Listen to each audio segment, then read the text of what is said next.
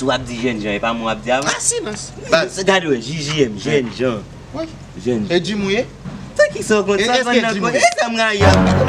Net marre nous. Faut venir camper là, bon principe la vie. Venu. Moi pour bagage sous monde pour parler enfant, moi crier, corriger ça. Dis-moi corriger. M'a corrigé. Yes. Avec dit on va le marcher là. N'importe femme nous joindre n'a causer. N'a posé. Sous pas joindre femme fort. Mon m'a Sous pas causer, sous pas causer. M'a gata fait femme nan avant. À l'attaque. Mwen ka pale a tou de. Mwen ka pale a tou de. Sa la e besi. Mwen pale mge parol. Sa pi wap. Koutou pala pi wap. Anali. Kado aboride. Bonsoir. Sali.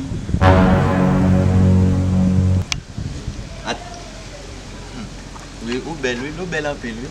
Merci. Nous belle en pile, oui. Ou ka fonti avancer la maison bagay, s'il vous plaît.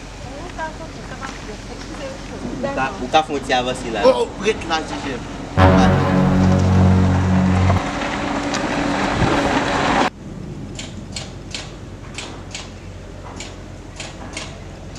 Abo va parler.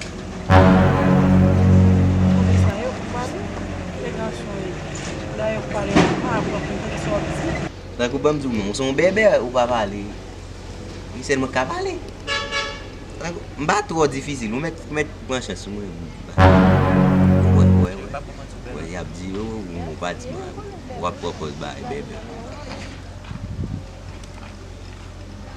Again, ou va aller. On comprend problème. On va le faire parler. Je te connais un problème.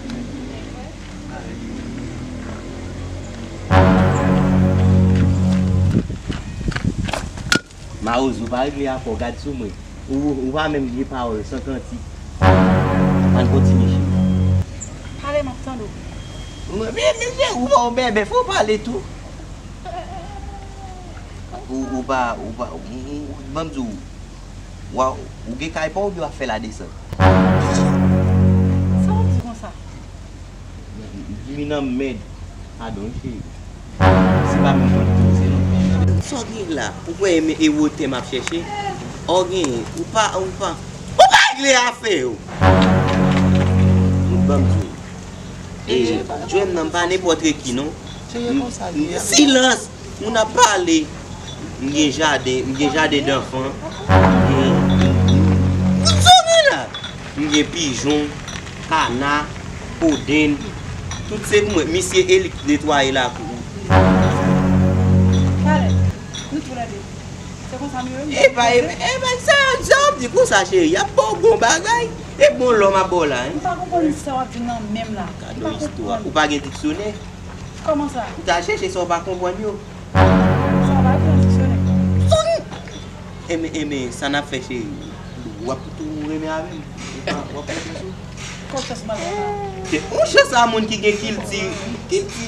J'aimerais te la, ma putain, non pas bagay sérieux pral dim, wap dim se si ou se la. Ki bagay sa la? Oui. Eme, bon. Dis-moi changement. Changement. Changement là. Ah, Changement là. ça fait pas pour ça, femme, non. Pas dans l'histoire.